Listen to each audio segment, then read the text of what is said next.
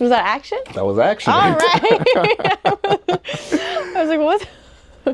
Thanks for inviting me to your new bridal studio. Everything looks amazing, looks beautiful. Thank you for coming. It's a work in progress still, but we're here. We're doing it. Here we go. Our first shoot, it was my first time shooting with Reinhardt Agency, who you're represented by, and it was a monumental thing in my career because I felt like that's when the gates really opened for me and testing with that agency. Where were you at during that time when we first shot? We shot back in 2015. Was it? Yes. Wow. So that was almost 10 years ago now, 9 years ago. Yeah. I was with them for about a year and a half. I was 19 years old, and that was one of my first serious beauty shoots. And when I say serious, that meant like the studio was rented out, there was a hair and makeup team, there was an assistant, we did the thing. So it was also monumental for me too, because I didn't have professional headshots, beauty headshots at that time. I had more of the commercial imaging in my book. Okay, and how long were you modeling at that time? A year and a half. Year and a half. So did you do anything when you were a child, or you started modeling as an adult? So I didn't start modeling until I was signed to an agency. So I had a very different experience than most models. Most models build their book and then are presented to an agency. I signed to an agency and then I had my first photo shoot. Nice. Yeah, weird, right? How were you discovered? So my mom's friend was a producer down at CBS Philadelphia. They used to have daytime talk shows and segments and all that. And she invited me to be like a stand-in model, I guess. It wasn't modeling, they needed a girl to wear the dresses that they were talking about on the television show. So they asked me to do it and I did it. And one thing led to another and, my mom, for being honest, wanted to pull a Kris Jenner, and she submitted pictures of me to Reinhardt, and they signed me on the spot just off of prom pictures.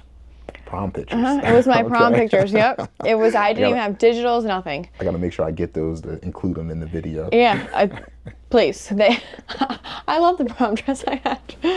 So yeah, it was very untraditional.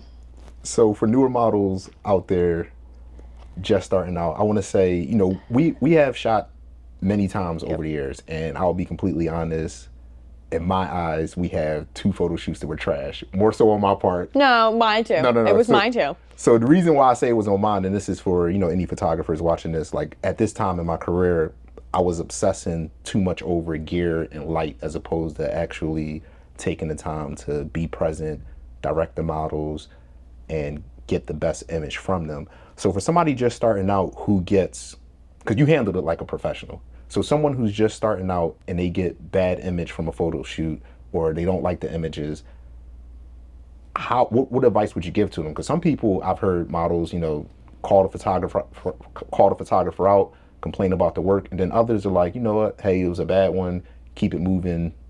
No one's perfect. You have to think of the best photographer you can think of off the top of your head. They started somewhere. So, can you imagine never working with them again? And then they blow up and every single cover of Vogue you see, they shot it, but then you were too obsessed with, trashing them because you didn't like the way the pictures turned out. But also I think, you think it was trash, but I didn't think it was trash. Even though the 2 shoots you say, weren't great, whatever, at least two of those images from those shoots have made it into my portfolio. So I think that's more of a perspective thing, which is interesting to think about. So I'm talking about the shoot where... I know exactly what you're talking about. Funny. I know. And 2 of those pictures have made it into my portfolio. So, and I think also photographers are harder on themselves than models are when it comes to the work. I think photographers notice details that a model would never notice and a client would never notice. Okay. So even though you're like, those 2 shoots are trash, honestly, they weren't as bad as you think they were. But also, you have to it's trial and error. Yeah, I mean, it's a learning process. Like, For sure. I tell people all the time, like, everything's not going to be a banger. If you do 20 tests a year or 10 tests a year, it may be 3, 4, 5, whatever the number is, that will make it and stand the test of time and make it into your book. Yeah. So now you are assigned in how many markets? A lot of markets. So I signed in Philadelphia first, obviously 9-10 years ago. And then right away I signed in a bunch of smaller markets, like within 6 months of signing. So I'm represented in DC, Ohio, Boston, Vegas, but I mainly work in New York. Miami was my thing for quite some time, but the older I get, the less I head down there. But no, I've been in New York for about 8 years. So did I get you signed in New York? No. I didn't. I thought that time when we went up there, I went with EMG first. Oh, okay. So I signed in with EMG first in New York, and then you brought me to state. Okay. So I did 2 years of EMG, and then I made it over to state. So I've been with state for 6 years now. That was an interesting experience going to New York with you. It was the first time I've seen someone clear a New York sidewalk when they're walking. Like when we were walking we were going like agency to agency. Oh, yeah. And you were like, just get out of my way. Yeah. And everybody was jumping out the way and looking. And I was like, okay, so this is what it's like to, be a model walking down the street. You know what the crazy thing is? I think you have to act like that in New York. Everyone, especially in New York City being a model, I think you have to have confidence, and you have to be a New York confident. So a New York confident is different than a Philly confident. And I know that sounds kind of silly to say, but I think, that's like that stupid saying where if you make it in New York, you can make it anywhere. Like, I think there's a reason why. I think you have to have a certain type of confidence to make it in New York. You also were the first model to ever say to me that I should be their mother agent. Yes. Since then, some models have said that as well, but do you currently have a mother agent now? I do. You do? Okay. And just so people understand, because a lot of times I talk to newer models and they think the agent's job is to find them all this work and why aren't you pushing me? Why aren't you doing this? Can you explain the job of an agent and a mother agent and the manager? Sure. So a mother agent and a manager are very similar. Some people would say it's the same thing. So what a mother agent does is, let's say you're my mother agent. You find flaws in my book. You find how, things I need. You help develop me. You set me up with photo shoots. You set me up with things that you think are going to help build my book, and you help brand me. So, you might say, you know what, Gab, I think it's more beneficial if you shoot with this person and do more commercial images. Or, you know what, I think it would be best if you just stick to high fashion things because I, as a model, think that I know everything, and that's entirely not true. And I think it's very humbling to have a mother agent, but in the best way, because they look at you from an outsider's perspective and say, you know what, you really have this look or this vibe, and this works best for you, even though you don't want this to work best for you, but this is how you're going to be most successful. So that's pretty much the mother agent's role, is to build you, brand you, and then when they think that you're built enough or branded enough, then they literally walk into agencies with you and introduce you as their model. They're being very selective with which agencies that they're bringing you to because, number one, they want to, they want it to work for them as well because they don't want to bring in a girl to a super high fashion agency where, she's a straight up commercial model because that doesn't look good on them. But also, it's successful for them because they want to bring you to an agency that they feel is going to work you the best. A mother agent stands in between you and your booker. So if, you're presented with 2 jobs on the same day, the mother agent takes over and says, okay, I'm going to discuss with your agency, what job is going to be best for you. If you're in an uncomfortable position, the mother agent steps in. So that's the one really nice thing about having a mother agent that I think a lot of people don't recognize because that person they vouch for you. I never knew the mother agent would step in and make that decision if you have 2 clients booking you on the same day. Now, does the agency defer to the mother agent? Yeah, they should. They should, but do you see that a lot? Because the agency has relationships with clients that they want to nurture as well. Of course, but the mother agent's job is to protect you as a model and to vouch for you as a model. An agency sometimes will vouch for the client over the model. So that's where the importance of having a mother agent comes into play. Okay. And you also mentioned that a mother agent will help develop your skills and send you on test shoots and things like that. How did you, starting out and even now, how do you continue to develop your skills? So I didn't have a mother agent. I did things very backwards. I wish I had a mother agent. I think when I started out, I have a mother agent now, but I think when I was 18 years old, if I had a mother agent, I think things would be very different. What I learned was that I did research with everyone I worked with. I saw the clients that I wanted and who was booking these clients, what models were booking these jobs, and I copied what they did. I worked with the same photographers that they worked with. I tried to replicate their images, but in my own way. And then because I was shooting with the same people, I was booking the jobs that I've always wanted. So it was like a really weird research thing. So this is a mixture of paid and free tests. I paid for 90% of my tests. 90%. Yeah, because I obsessed over my book. There was you and 2 other photographers I tested with and didn't pay for. And I would be very straightforward. When you look at my book, it is completely paid images. Thanks. So did I get cheated?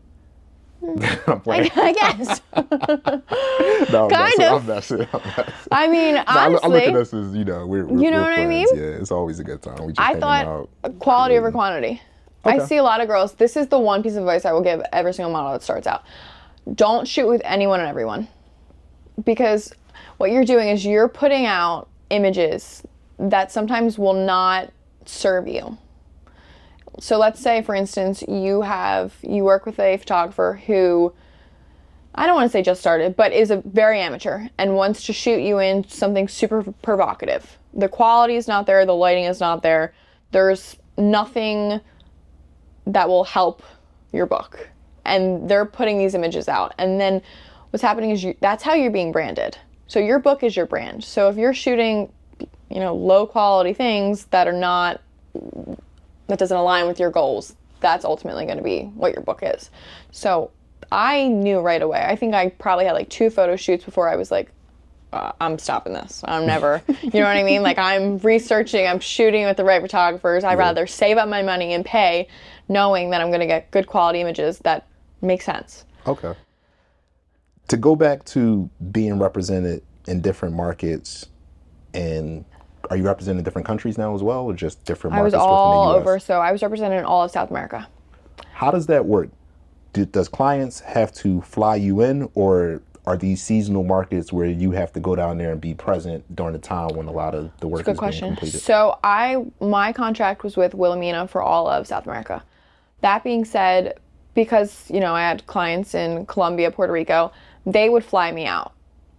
Now, it's not uncommon for a model to have to work as a local in a different country.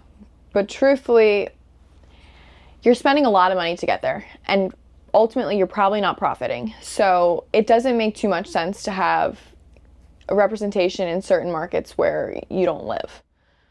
That goes back to what I'm saying. So I have all these different agencies and markets. So there will be times where I will book a job, let's say in Las Vegas, and the rate is $2,800. Well, a flight to Las Vegas is costing me $300 and a hotel room is $200. So I'm ultimately spending $500 to get there, but I'm still profiting. The good thing about doing that is, well, you still make money. It stinks to have to spend money to make money, but you'll be known as a model in that market.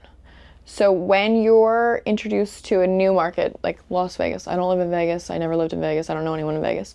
I did 2 jobs in Vegas, worked with their local photographers. They introduced me to 4, 5, 6 other Vegas clients. So then I was able to book those clients that I never would have booked in a million years if I never would have flown out there and worked with. Invested the money and took the lower rate. I never knew that. I never knew you was represented in Vegas and Ohio. Yeah, I was Nevaeh. No. So I mean, I had a bunch of. I still have I think I'm represented in 12 markets. Wow. Smaller, but don't sleep on smaller markets. Yeah, because I know North Carolina, they shoot all of the furniture and stuff down there. North Carolina's a big market. Yeah. A lot of the Philly and New York girls are represented down there by agencies and things like that. I had a agency in Tampa, and I purposely signed with them because they shoot Ashley furniture once a week, and the rate was great when I signed with them. So I knew that was easy money. So then I managed to shoot Ashley Furniture twice. Where are you now with modeling? Because we are sitting here in your bridal shop. Yep. And are you slowing down? I'm pivoting. You're pivoting. I'm calling it pivoting. I'm calling it the pivot. So so I should tell, viewers, I graduated from college in 2019. I graduated high school in 2015, and that is when I signed. I signed this summer, going into my freshman year of college. I did the college thing, lived in the dorm, modeled very part-time my freshman year of college. My sophomore, junior, and senior year, I was fully online because I was full-time modeling. So I've been full-time modeling for like 8.5 years now. Now I'm ready to put my energy into something else, but also still model. So okay, because I was gonna say you can do this to your exactly. Because we all know mature models who are killing it now. Oh, and yep. With skincare brands and with clothing brands Lifestyle. trying to be more inclusive and things like that. So a lot of mature sure. models are working a lot. So this is something that you can do for a very long time. So what prompted the bridal shop in particular? My clients. So about 6 years ago, I was booked by one of the bigger, well-known wedding brands. They booked me for a campaign. I did the campaign with them. I enjoyed it. Like, I didn't think anything of it. And then I started getting hired for Bridal Week doing their showroom stuff. A showroom is a very unglamorous job, but if you think, I know, showroom stinks. It's the worst. You stand there for 8 hours and you try on dresses a million times. But I saw a different side of it. I saw the buyers' meetings. I saw the business side of it. It got my, head spinning a little bit. I'm a numbers girl. So, okay. you kind of see it in front of your face. Do you see yourself ever coming out with your own line?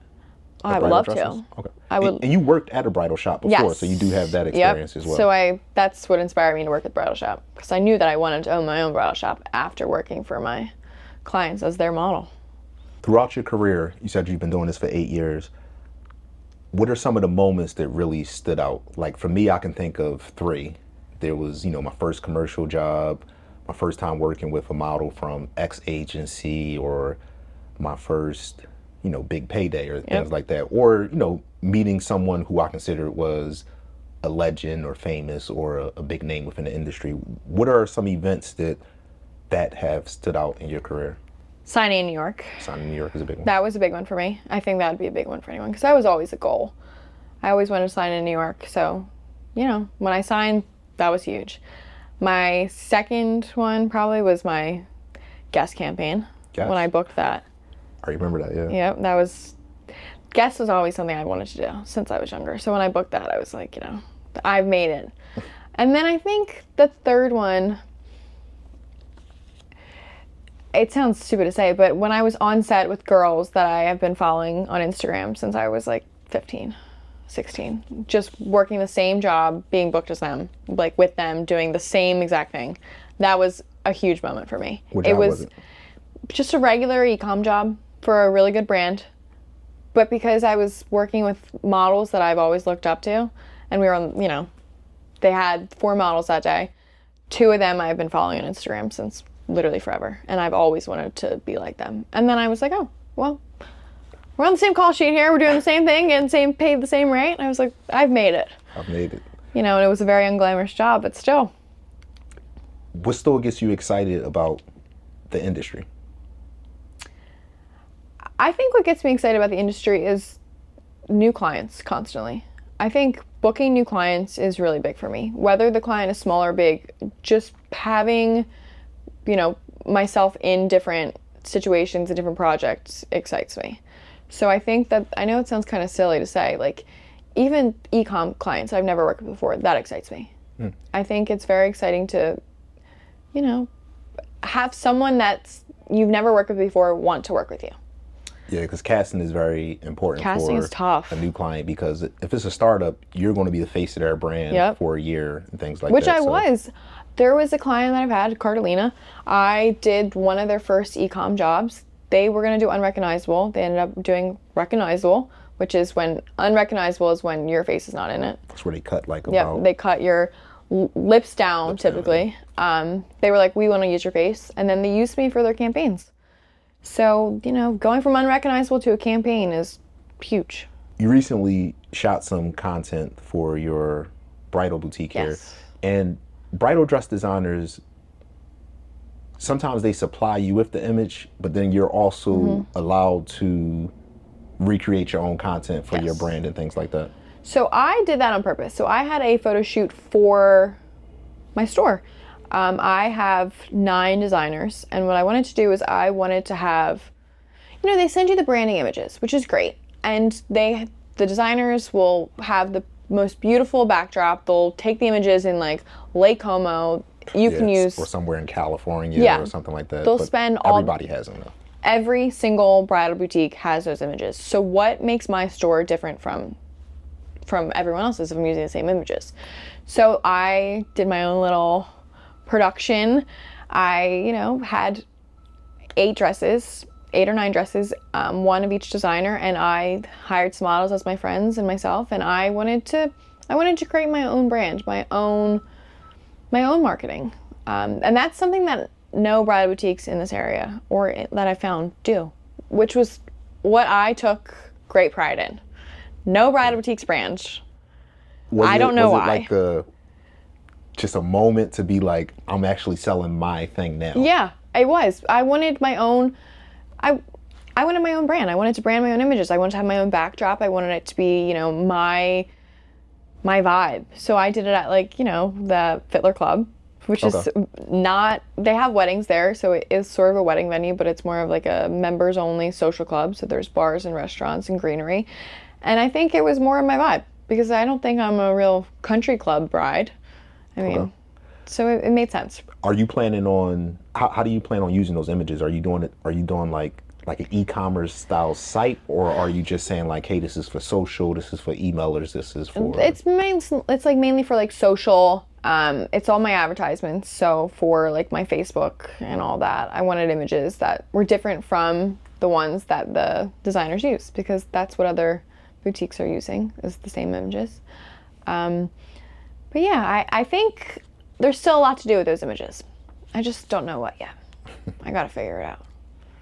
So what do you see for yourself in the year 2025? What are you planning on? What are some other ventures you want to get into? Where would you like to see the shop go? Your modeling career? What are you thinking? So shop-wise, in my dream world, I will grow out of this place in 2 years. Nice. Yeah, I would love to do like mother of the bride, evening wear, all that.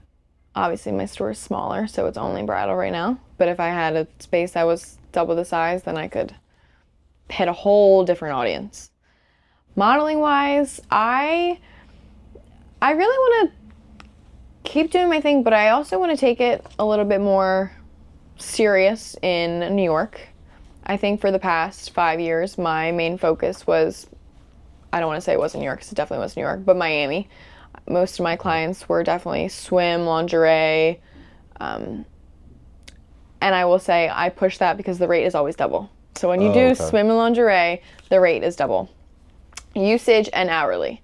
So if you are shooting client A and they're paying the model $1,500 a day to shoot jeans, great. If you're shooting underwear for that company, they're paying you minimum of $3,000. It worked to my benefit because I was shooting a lot of that content. And we spoke once and you said, we actually did a test shoot where the goal was to get away from that. Yes. Why the change? Is it like just you're tired of it? You're getting older. Getting older. I'm getting older, and I think when the older you get, the less you want to be showy like that in a weird way. Okay. I think it's great when you're young, but now I'm also competing with 18-year-olds. So an 18-year-old's body looks different than a 27-year-old's body. Yeah, but also certain suits and certain outfits, they need to fill out a different way, and I think for sure. a mature body does that, because a lot of times, I shoot dresses and things like that, and the client budget-wise has to hire a 17, 18-year-old girl. I'm just like, we need someone who's 28 to 32. Like, just, we need the shape. Yeah. And it's hard to get. So you had a lot of traction in that space. Are you still getting called for that work and you're turning it down? Or yes. You're turning it down now? Mm-hmm. Wow. I think So I did Swim Week this year. I didn't do any of the shows. So I used to do the runway shows. Swim Week is great for content. It's great for meeting designers. It's great for getting yourself out there. It's getting your name known, all of that. Amazing, great. I do not regret ever doing Swim Week. But it's low paying. So you can do the biggest show in Miami Swim Week and make $400. And you'll have to cast for it. And when you cast, you're in line for 2.5 hours. And then you have to also do callbacks. But if you get the campaign or the photo shoot. Well, how many girls are they looking for a show? 20, 30, 40 sometimes? Yeah. And how many campaign girls? 1. But Miami was your market at one point. So Miami was my market. So you're saying now for a Miami client, and I'm not saying you're saying this, but you're turning down some of that Miami work. Do you not have an agent in Miami? Or so I left my agency in Miami. Okay. And that slowed the work down, leaving that agency? Yeah. Okay. But also I did it on purpose. Like right now, my goal is not to do swimwear. My goal is to do, fashion, beauty, lifestyle. I had a list of clients that I wanted, whether it was, Guess or Victoria's Secret or whatever, and I checked them all off the box. So now it's like, it's time to evolve. It's time to move on to the next thing. And I did my time in Miami, and I do not regret it at all. My dreams came true in Miami. Nice. But, now it's time to do bridal it's time lifestyle, to do different things. Yeah, beauty. Do some family shoots, stuff like that. I wouldn't go that far. Family, we're not doing family shoots. Have you done a family job yet? Yes. I was a Greco stroller commercial. Cool mom. My first job ever, this is embarrassing to say, so I'm glad you're getting this on film, was for Destination Maternity. I was 17 years old. Destination Maternity. They shoot in South Jersey. I don't know if they still shoot in South Jersey. That's their headquarters. They had to put a fake baby bump on me. Yeah. Those are common. But they have agencies now that represent expected models. Yeah, but I was also 17, so it was weird, but... I'm shocked that they didn't get a actual expected model. It's just hard to come by, I guess. Yeah. Not anymore. Now it's like well known. Before we get out of here, is there any advice you would like to give to a new model just starting out? Figure out what your brand is and put yourself out there. I think what I would have done differently was figure out what my brand was sooner than later. I think I really figured out my brand like 3 years in. And I don't think I put myself out there enough either. Really? I mean, you were shooting everywhere, and I feel like you were posting a lot then. You met me year 2. Okay. So I think when I first started, that's what I should have did. I should have invested in my book a little bit more, and I should have figured out my brand more before I went to my agencies. The agencies I'm with are great. And it took me a while to get where I'm at with agency-wise. I did a lot of agency hopping. But I think if I would have, really established my brand, put myself out there more, tested a little bit more in New York, I would have got to my destination a little bit quicker. And I know we wanted to leave on that note, but I want to dive into what you just said about agency hopping. You don't have to say any names, but just what's your perspective on leaving the agent, signing somewhere else? Because ultimately it's the client who decides what model they want. So what was your reason for leaving certain agencies and picking up others? Certain agencies have certain clients. So there's plenty of agencies who do not have good clientele. Some agencies have, really low paying clientele, and some agencies have the best clients in the world. You have to find an agency that, number one, pushes you and introduces you to these agencies and to these clients. What happens a lot is you can sign with a huge agency that everyone knows the name of, that's been around for 70 years, and they might not book you once. I think this is really important to know. You might see a model who's with, IMG, who's never worked a day in her life, because the agents don't push you. So there's agencies that sign 100 models on their board, and out of the 100 models, there might only be 50 or 60 active working models, which is, having 40 models that sit on your board is crazy, but very common. So I think it's important to find an agency that knows that they can work you. Some women and male models will sign with an agency because of their name. And I think that is like the biggest hidden secret almost in the agency, is just because you are signed with a known agency does not mean you will work. That's good advice. So yeah, it's important to find an agency that, you know, Believes in pushes you. you and believes in you and, you know, really promotes you, because you can have a big agency and they don't even know you exist, which Thanks is for that. crazy but true. But I wish you the best of luck on your Thank you. new ventures, and I thanks for having me. appreciate it. Thanks for coming. All right.